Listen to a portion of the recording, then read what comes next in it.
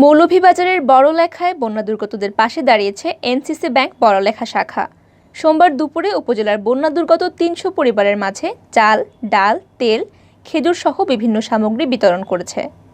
ত্রাণ বিতরণের সভায় প্রধান অতিথি ছিলেন এনসিসি ব্যাংকের সিলেট বিভাগীয় প্রধান আব্দুল্লাহ আল কাফি মজুমদার।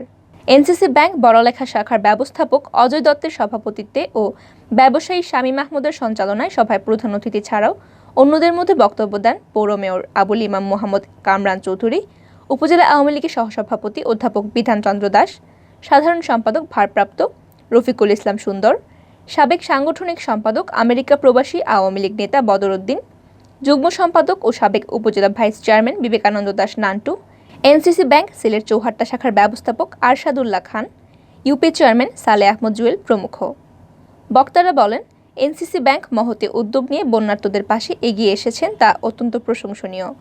মানবিক কার্যক্রমে এই ধারা সবসময় অব্যাহত থাকবে বলে আশাবাদ ব্যক্ত করেছেন বক্তারা।